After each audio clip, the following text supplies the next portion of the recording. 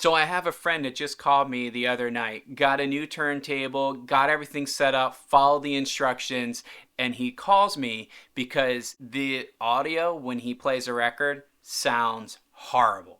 So we were on the phone, we talked some things out, and we realized a couple things, right? We unpacked a few things here. First off, his turntable wasn't set up correctly. The second thing is I shared with him some essential tips to maintain your records, to eliminate all that crack, snap, and pop sounds that just plague vinyl records. So what I'm here today with you is to share with you that same information. So if you just got into collecting records, or maybe you've been collecting for a little while, but you've been dealing with the frustrations of having a noisy experience, I'm going to walk you through some essential tips and tools to make sure that your playback experience is optimal. And what we are going to cover today are some basic tools. We're not going to get into anything that's like super crazy expensive. We're not going to be breaking the bank. I realize that most folks watching this video probably got themselves an entry turntable. It's probably your first one. You're getting into the hobby, and right now you want to spend more money on building out your collection than you actually want to do buying tools to set up, configure, and maintain. So I'm going to keep that in mind in the recommendations. So a couple things that we're going to start out with here is really around the fundamentals of setting up your turntable. And there's a couple essential things that you should check at home if you're getting things like surface noise, or if the audio is coming in very distorted. There's a couple settings that you can check on your turntable that will hopefully resolve that problem from happening. The first thing I would recommend is to get yourself a VTF gauge. That stands for vertical tracking force. And what this actually basically in layman's terms is a scale that measures the weight of your tone arm and the stylus, that the point of where the stylus hits the record. So how much weight is being imposed on the tip of that stylus on the record. Now every cartridge, that's the thing that houses the stylus, that's at the tip of your tone arm, has a manufacturer's recommended VTF, vertical tracking force. What most turntable manufacturers will do is to say you should be in a specified range. And they'll have a weight in the back of their tone arm that you slide, and it could be a number thing, or you twist it, or it's different mechanics, right? But it'll have some sort of gauge. It could be lines or numbers, and you're supposed to slide it to a certain level. Now most folks I talk to just skip that step completely. They just unbox it, set it up, and hit play, and they expect it all to work. It's not a CD player. You have to dial things in. So the first thing I would check is that VTF. I will also share with you that a lot of entry-level tables, sometimes those numbers are a little bit off. So that's why I recommend picking up a fairly inexpensive VTF gauge, where when you put the tip of that stylus right on that bullseye, you're going to get a readout of how much force is being applied at the tip of that stylus. That's going to give you that weight, if you will, for a lack of a better term. What you want to be able to do is adjust that weight in the back of your tone arm to make sure that the weight here, the readout, matches your manufacturer's recommended specifications. So for instance, if you're supposed to be at 1.8 VTF and you drop your stylus on here and you're at something like 2.5, that is huge. That is huge difference, and what you're really doing is forcing that stylus down into that record instead of letting it glide through the grooves. Being able to adjust that appropriately will relieve that stylus from being jammed into the grooves and allow you to get better sound, less surface noise, less distortion, plus you're going to save the life of your records. The Riverstone audio gauge is the entry-level gauge that I recommend you to pick up. I'll put links to all of these tools in the description so you can go ahead and check them out. But that's one tool I think is essential for every record collector that has a turntable that needs to have. The other thing I would recommend is that you get yourself a test record. Now, test records have a whole bunch of different tracks that measure different tones, and you can actually use these to adjust things like anti-skate, which we're going to talk about here in just a moment. But one of the things I really like about these is to make sure you don't have any audible issues. What I use these test records for is to measure if I have my left and right audio set up correctly, phasing is set up correctly, if the channel balance is set up correctly, is to make sure that all my wiring and all my speakers are working harmoniously together. If they're off, then we have an issue, then we're going to have playback issues, and that's what I use these records for, to make sure that the sound sounds properly. Now these records also have some anti-skate, test tones on here, and basically what you're supposed to do is dial it in so everything sounds okay. It's not the best method to adjust your anti-skate, but it is a method. For a lot of the entry-level turntables, so long as your anti-skate, or otherwise known as bias, is set correctly within the manufacturer's recommended range, you're going to be okay. There's a little bit of forgiveness in a lot of turntables that you don't have to be precise. When you start getting into real high-end audio gear, that's where maybe dialing in a little bit more specific and being a little bit more precise is going to make a huge difference. But for an entry-level turntable, I've always found, personal experience, they're a little bit forgiving. So long as you're within the range of what the manufacturer says, you're going to be fine and you're not going to have issues. There are a variety of different test discs that you can look at. My favorite is the Hi-Fi News, followed by the Analog Productions Test LP. I'll put links to both of these so long as I can find easy ways to go pick them up. But they're great records to have to make sure that your sound's right, and then make sure you adjust your anti-skate. The reason you want to adjust your anti-skate, by the way, is to make sure that your stylus, when it's reading the disc, isn't rubbing against the sides walls of your record, right? So you have little grooves and your stylus is going like this to read the music, and if you have too much anti-skate, what you're doing is you're forcing that stylus on one side of the groove. So then you're getting distortion because your stylus is rubbing against a groove, plus it's not getting the music really appropriately on the other side. So that's why it's essential that you adjust your anti-skate, and being able to do so will really help enhance your listening experience. Now this little guy I have in my hand that you just saw is a Protractor. This is a fairly inexpensive Protractor. It's very basic. It's not gonna, give you magic, but it's gonna perhaps make a huge difference. One of the things that I've noticed, especially with entry turntables that don't have a 3-screw connection, meaning that there's only 2 screws that hold your cartridge down instead of 3 screws or some sort of fixed mount, is that sometimes in shipping that cartridge can move. So even though you might have your anti-skate set up correctly and you have your VTF set up correctly, when you still play a record, you're getting a lot of distortion. That could be because that cartridge has shifted somehow. It could even be overplay. Things happen. People bump into things. If you have younger kids or animals or whatever, something can happen to move that cartridge slightly off center, and now you're not picking up the information properly. So getting yourself a Protractor like this one will allow you to make sure that your stylus is set up correctly. And the way that you use one of these guys is that you put the hole here on your spindle and you line up your cartridge to one of these targets, and what you're actually looking to do is take the stylus, the part that sticks down from that cartridge, basically the needle that hits the groove. Once that's dead center, what you want to do is line your eyesight up to make sure that the stylus is in line with the line on the Protractor. Okay, a lot of people will look down on top of the graph here and they'll make sure their cartridge is in line in a box. But what they don't account for is the fact that that stylus could also be off-centered. You can have a perfectly square or, cartridge, but your stylus could be a little bit off-centered. So even though this is set up correctly, the stylus is not. Now I'm not talking about fixing a broken stylus, and I'm exaggerating here on the angle, but even the slightest little difference can make a huge difference audibly. So make sure that you take some lessons or watch some videos on how to properly set up a Protractor, and I recommend getting a physical Protractor, not one that you go print. The printed ones that come with your turntable are likely okay. They're printed two specifications that will help you align. Like Riga tables, like the one I own, comes with a printed protractor.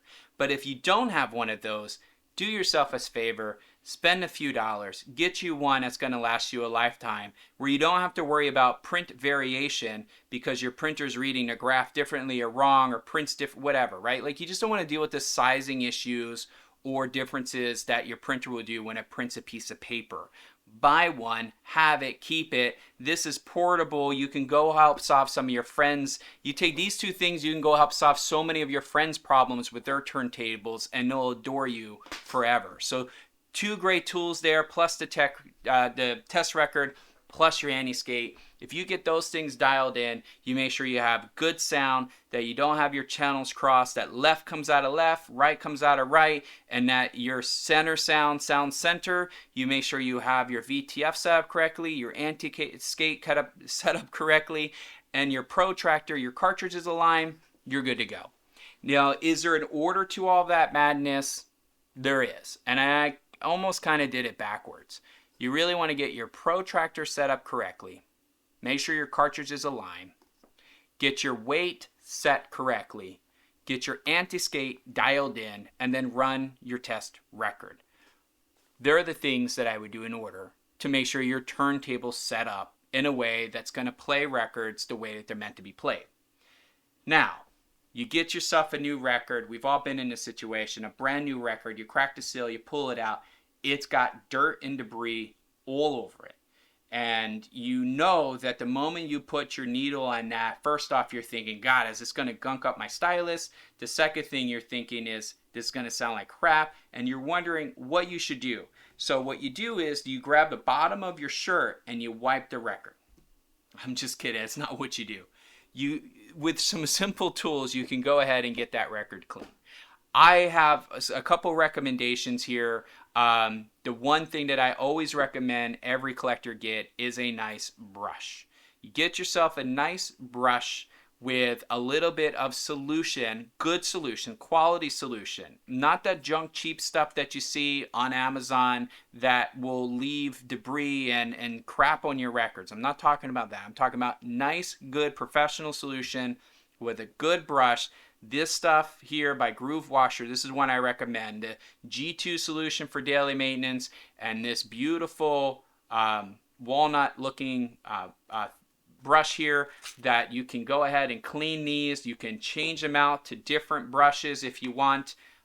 This set is the set that I recommend for every record collector to have. And what basically you do is, if you have a dirty record, 3 to 4 sprays from a little bit of a distance on this little guy. You wipe the record down in the same circular shape of the record itself, and it's clean. And you're good to go. It air dries in probably 20 seconds, 30 seconds or less, and you're good to go. So that will get all that dirt, debris that comes from a dirty record off of it. They do make different attachments here. This is kind of the general use attachment. They have one made for deep cleaning, and then they have another one made for daily use. I don't use the daily use one for every time you play a record. I use something a little bit different. I'm going to share that with you in a moment. But if you have a record that's maybe pre-owned, that's in really bad shape, they do make a different liquid. It's part of a 2-step process. They have this G3, and this is like a deep cleaner, but this will leave residue. So what they recommend is that you follow it up with GSR. This is the rinse. So I only use this in emergency cases. In fact, I don't even use this anymore. I use an ultrasonic cleaner. But for the beginning part of before I had an ultrasonic cleaner, this was my go-to kit. And this will get you far. I've used this countless times. I still have plenty of liquid left. I'm going to actually use this on a record collection that I just purchased, because some of those records are really nasty and I don't want to just drop them right into the ultrasonic cleaner. Instead, I want to give them a pass with the G3 and the GSR first, and then I'll drop them into an ultrasonic cleaner. So what I'm basically saying is, with the G3 and the G2 and a good brush and a good maintenance routine, you're going to get your records pristine, and they're going to get all that dirt and debris, which contributes to all that, interruption in the music. You're going to take care of that. You're going to address it at the heart of the problem. Now, if you are doing some record cleanings, I do recommend you get yourself some microfiber towels. The microfiber towels, I use these to put down on my surface. So I lay these out on the table if I'm cleaning a record, and it allows me to have some protection from the bottom of the record, the surface that I'm not cleaning, the surface that's down on the table, to be protected, and it works out great. So I do recommend getting yourself a nice Groovewasher deep clean kit if you're somebody who buys a lot of used records. If you're a new record collector, you can just get off with the G2 combo kit. They sell it in a nice little box here, everything that you need to go, including a nice little record label protector. This guy goes on your label, so if you're spraying the record itself, you don't have to worry about the label getting wet. Great little kit for every record collector to have. Now, I did mention I don't use Groovewasher's third type of brush for the everyday use. This is the one that you're supposed to use just before you spin a record. Instead, I have this little brush. I've been using this brush for a long time, and every time I play a record, I just let this little brush pick up all the loose little hairs and stuff that might have fell off or might have collected on a record from the time that I pulled it out of its sleeve to the time it hit the turntable. Or sometimes things happen. I might get a phone call or something. I'll lift the tone arm up. I'll take my phone call, and the time I get back, that record's now been sitting on the table for 10, 15, 20 minutes, 30 minutes, an hour, maybe 2-3 hours. Maybe I totally forgot about it. I got the phone call. I went downstairs. I had a conversation, etc., etc., etc. And now it's got some just dirt and dust from just sitting out. This little guy takes care of it every time. If you really want to know the 101, you should never clean a record on your turntable. This is one exception I make. As the record's spinning, I start from the label side, and I just go to the outside, and I let all that dirt and debris just kind of go right on the outside of the turntable itself. And then occasionally I'll just wipe off the bottom of my table there to just get all the loose dust that's collected over time. I keep my records really, really, really clean, so it's rare that I have a lot of built up where I'm busting out even the Groovewasher itself, but occasionally I do need the Groovewasher. More than not, I'm using this little guy with these nice soft brushes to just get the dirt and debris off the records before I play them. So this is really an essential tool for me. Okay, I'm going to give you an advanced tool now, and then we're going to get into some other things here at a moment. But this is a Zerostat gun. This is the most expensive thing I'm going to share with you, and this is the most expensive by a long shot. The only reason I'm bringing this up is when you have static built up on your records themselves. So you know this because you can feel it be staticky. You can feel that record get clingy. It wants to stick to everything, including its inner sleeve. And this is especially true with new records. I find this more and more now with new records than I ever have. There's only a couple ways to kill that static cling. And that's to give it an ultrasonic bath, right? Give it a wet bath, if you will. Or get one of these bad boys, a Zerostat gun. And this actually demagnetizes, destatics the record. And there's a method of, 5 shots that you're supposed to do in this. You can watch plenty of videos on it. But before I had my ultrasonic cleaner, they're expensive, this really got me a long way and was able to get rid of that buildup, that static buildup on the records, increasing the playability tremendously. I will tell you that if you are planning to get an ultrasonic cleaner, this is probably not worth investing in. Save the money, get yourself the cleaner instead. If that's way out of your ballpark and you have some staticky records that you're really struggling with and you're not able to get that static off by doing a Groovewasher treatment or even using like a GSR type bath with it, then maybe you need to get yourself a Zerostat gun to get that static off. All right. We got into record maintenance, if you will. I'm going to get back into some more affordable tools, and that is stylus cleaning. Another thing that really can tackle and destroy a music listening experience on records is having a dirty stylus. And it happens more often than not, especially if you're buying records that are pre-owned. Because even if you do a nice brushing, sometimes there's things deep down in a groove that only come out after you run your stylus through it. So what ends up happening is, and you can see this sometimes, is you'll see debris build up at the bottom of your stylus. Sometimes it's very apparent. Sometimes it comes out like almost like a white look on the bottom of your stylus, and you're wondering how the heck do you clean that? Now the challenge with not cleaning it is that every record you play is going to sound horrible. That's junk built up on your stylus. It's going to impact every record. I don't care if you have all your turntable settings correct and you have all your records clean. When you drop a dirty needle on a record, you're going to get dirty sound. It's just fundamentals, right? So what I really recommend is you to get a nice stylus brush. I use the Groovewasher Stylus brush. I really like this brush because it's in the shape. See it supports the cleaning. It kind of starts a little bit on the narrower side and gets a little bit wider as it goes up. And that allows me to easily clean my stylus. And the way that you clean the stylus is that if your tone arm, if my arm is a tone arm and this wood piece is the stylus, you're going to go from the back of the tone arm to the front of the stylus. You never want to go side to side, never want to go back and forth, you never want to go forward to the back. The reason why is because the stylus is meant to go a little bit up, but it's not meant to go any other way. So there's a little bit of forgiveness this way, but no other way. And if you push this any other way, you could snap or break the stylus, which then your cartridge and your stylus are no good. So if you do it the right way, you're going to be okay. Just don't apply a lot of force and let the brushes do the work. Now there are different types. This is the one that came with my stylus. This one's super, super soft. It doesn't really do a great job getting off that white gunk that builds up, but it does do a good job getting some loose hairs, loose dust off the stylus.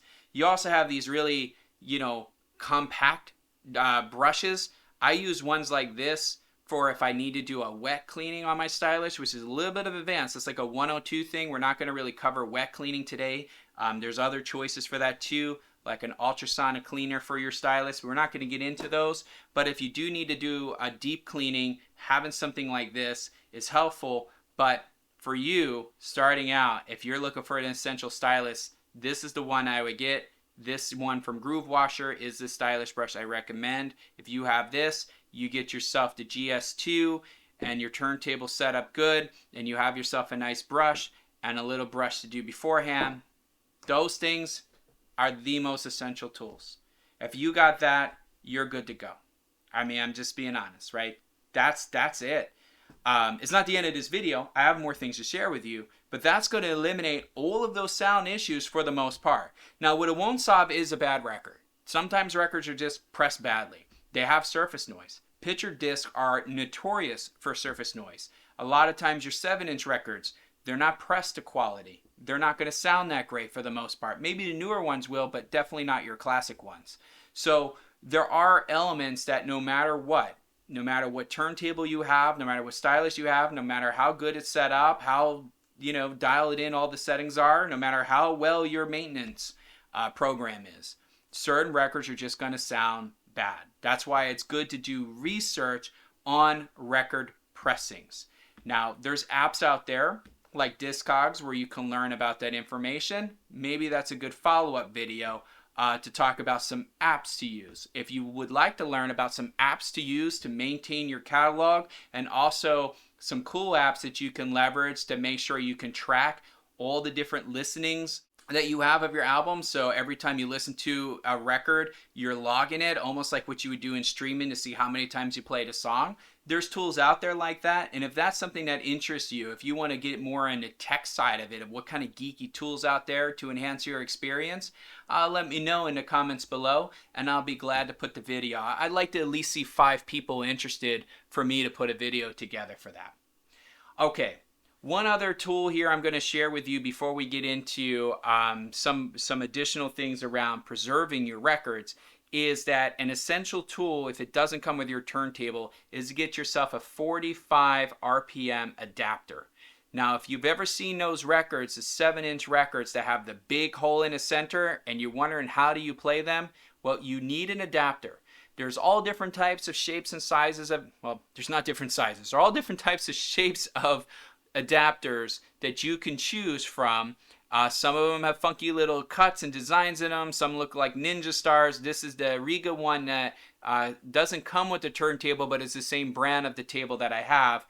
So that's why I have this one, but it really doesn't make a difference. You could put this Riga one on a non-Riga table, it's going to work. They're all cut to the same specification. It's just that the style and image is going to be a little bit different. But that's how you're going to go ahead and play those records. And I always recommend my friends to pick one of these up if it didn't come with their turntable. Now, what I've actually had happen to me is friends say, oh, that's what that little weight thing is. I was always wondering what that was. Yes, if you have a little weight thing that looks like this sitting on your turntable, that's what it's for. It's meant to play those records with the big cutout center. Typically those 7-inch 45s that, you know, used to have all those single songs and stuff on them, right? That was how we used to listen to singles back in the day. I want to start wrapping this up with some basic general how do you keep your records clean? How do you keep covers pristine? How do you turn something you're buying today to look just as good 5 years from now, 10 years from now, 20 years from now, maybe by the time that you're old enough to turn your collection over to somebody else in your family? How do you do that? How do you also make sure that you're going through all of this effort to ensure that your records are clean?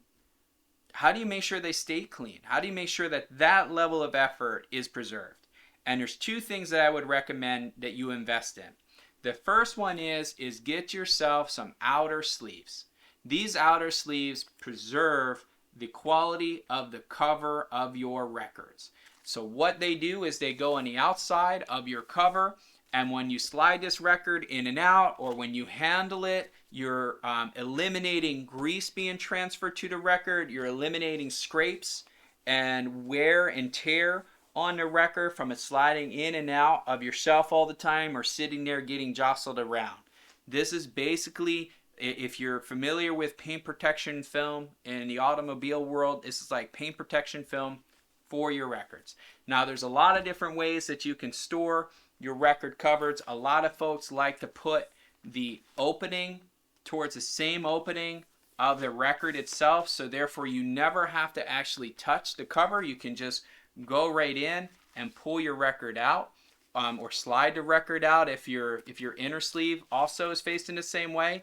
That's how a lot of folks do it. I don't like it that way because I have a lot of people that will come and look at my collection from time to time, and I don't trust that they're going to handle the records properly. So for me, being able to have the open spot near the top here works for me because I don't have to worry about somebody dropping the record on the floor, which is something to consider if you have friends like me that are not record folks, that are not going to be thinking the record's going to slide out, or if you have maybe younger family, maybe people just aren't used to handling records. So that's the way I do it. Plus, I've also convinced myself it helps keep dust and debris on getting inside to the actual record itself, because it has to kind of go down and find its way in and then back up to the actual inner sleeve itself.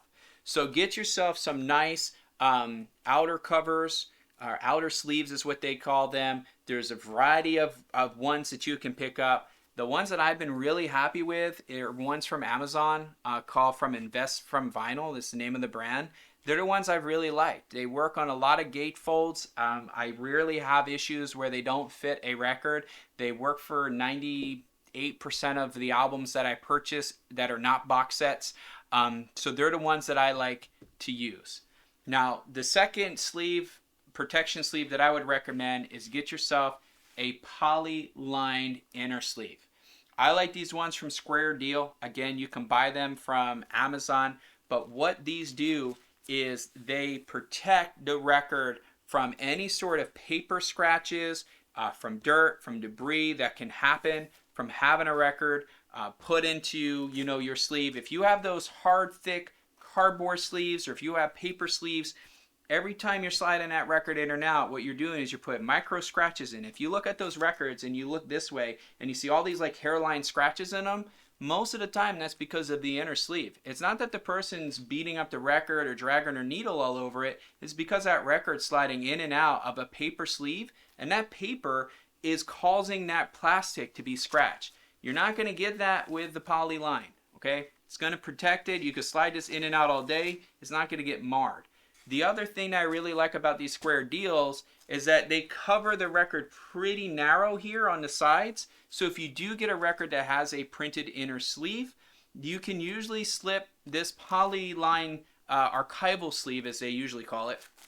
You can usually slip this in the inside of your printed sleeve, and now you have your printed sleeve on the outside, this is on the inside, and your record fits perfectly, and it doesn't cause it to bunch up or get damaged. That works 9 out of 10 times, if not even more. All right, so they're the two essential things that I recommend you to get, and the way that I store them, again, is I store the top up so that the record doesn't come out, doesn't fall out, stops dust, debris, but that might not be for everyone. Maybe you are a person who likes all of your openings to be facing on the outside so you could just slide that record in and out. If I was the only one managing my record collection or touching my record collection, maybe I would convert that way. But the occasion I do have friends that come over and they just start pulling records out to take a look at them, I want to make sure that my record's not going to go flying across the room. Okay? You see it once, you can't unsee it. Now, what do you say if you have some of your 7 inches as well? I do the same. I got an outer sleeve and an inner sleeve. That inner sleeve goes right inside there, protects the record, protects the sleeve, and you can even see that I'm religious. Even something like this that's old and a little bit worn before I got it, I still sleeve it, because why inflict more damage? And if you're wondering what about 10 inches, they make them for that too. The same thing. Nice little outer sleeve. This one is resealable. You can get those as well. Nice little outer sleeve. Got your inners in here. The record's going to last you a lifetime. Now, if you made it this far and you really enjoyed this video, let me know. Drop a comment. Let me know what some of your favorite tips are. I'm going to give you a bonus tool here in one moment, but I'd love to hear from you.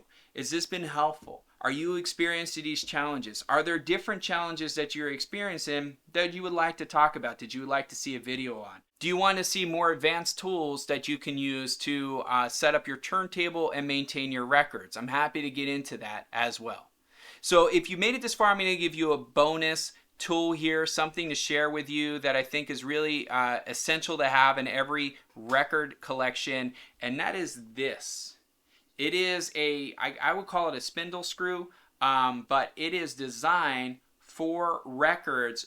Occasionally you get one where when you try to put your record on the turntable, it just doesn't want to go down. It's like the hole that was punched out is just too narrow, and you're almost forcing a record on, and then what ends up happening is it's easy to go ahead and force it on because you could press around the label and exert enough force that it's going to maybe push itself down.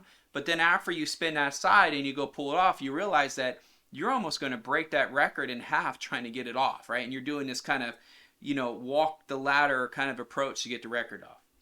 What this little bad boy does is what you do is you put the record on and you spin it, and what it's going to do is reshape that center hole to the spec that's going to fit your turntable. So this is almost like going to recarve or repunch that hole, if you will, re-drill that hole for you so you don't have that problem. This is an essential tool for me, especially when you have so many records. You're bound to find records that just don't fit the spindle properly. And if you're running into that problem and you don't know what to do, get yourself one of these. This is never going to go away. The nice thing about all these tools I shared with you is that they're going to last you a really long time. Your covers are not going to go anywhere. They're going to protect those records forever unless you rip them somehow or abuse them or they get damaged, but let them get damaged. You can replace them later. Your Protractor, if you get one that's physical, plastic, is going to last you a long time. These solutions clean 1,000+ records before they go out. I mean, you got over 1,000 cleanings in this bottle. These brushes last a long time. From Groovewasher, this is washable. So if it gets really gunked up or funky, you can go ahead and clean them. This brush I've had for a long time. It's never worn out. I've maybe lost a hair, but that's about it. Your Stylus cleaner lasts a long time, right? You can get the trend here, folks. The tools I'm sharing with you, yes, they're an investment, but that's exactly what they are. they're an investment. They're an investment into the hobby. They're an investment in increasing your listening experience. They're an investment in preserving your investment of buying records. So hopefully you found this to be really helpful, that you got some cool tips out of it, that at least got you thinking about solving some challenges that you might be experiencing at home. And if you really enjoyed this video, refresh your cup of coffee and watch the next one. I'll see you there.